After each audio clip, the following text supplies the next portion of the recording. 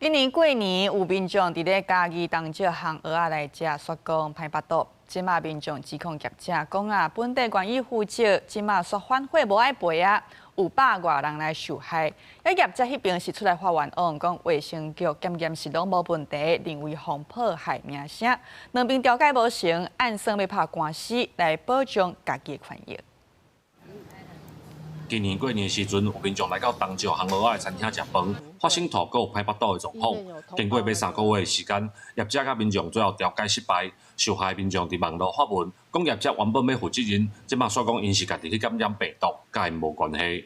業者他們委託的保險公司認為他們初步調查的結果沒有賠償責任，所以協調結果是調解不成立。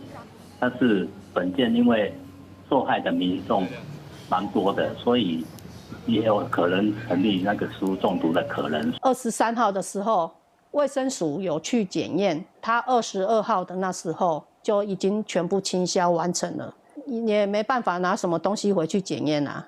他們的意思就是說，我們是集體群聚，所以才會感染。他們沒有驗到什麼檢體，所以不理賠我們。業者是出面發冤枉，講衛生局佇代誌發生了後，連續來檢查幾落擺，確實無驗到相關的病毒。消費者佇網絡的發文，對店的名聲已經大來影響。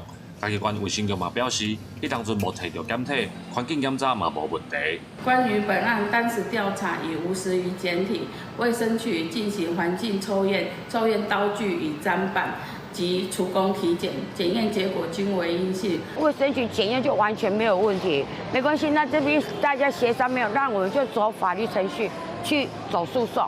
你一直要損壞我店家名譽，我不能接受。民眾講，受害的人是無共時間為無共所在去的，所以無群聚感染的可能。業者是認為，嘛有其他共一個時間來搶物件的人，都無發生問題，所以甲店內食物無關係。雙方無共識的結果，攏無排除要透過法律程序來保障因的權益。